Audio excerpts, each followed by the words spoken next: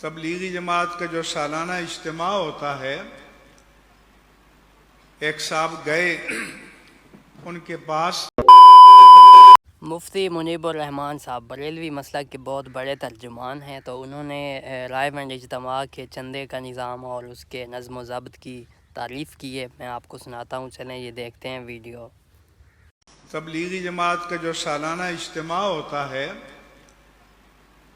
ایک صاحب گئے ان کے پاس کہ آپ کا جو سالانہ بجلی کا خرچ ہے وہ میں دینا چاہتا ہوں، بتائیں کیا ہے؟ انہوں نے کہا کہ کراچی میں مکی مسجد ہے، وہاں رابطہ کر لیں۔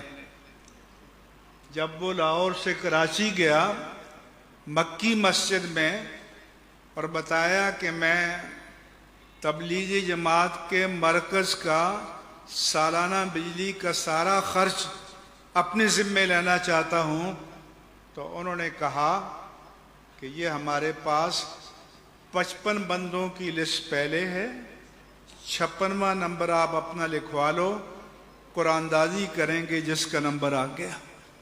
تو مفتی صاحب آپ کا بہت شکریہ، آپ نے اس حقیقت سے پردہ چاک کیا کہ جو بھی فنڈنگ ہوتی ہے، چندہ کا نظام ہوتا ہے، وہ یہیں کے مسلمان پاکستانی ہوتے ہیں، ورنہ اکثر جو بریلوی حضرات ہیں وہ کہتے ہیں کہ رائے بینڈ اجتماع کے لیے امریکہ سے اور سعودی عرب سے فنڈنگ ہوتی ہے۔ تو مفتی صاحب آپ کی حق بیانی کا بہت بہت شکریہ۔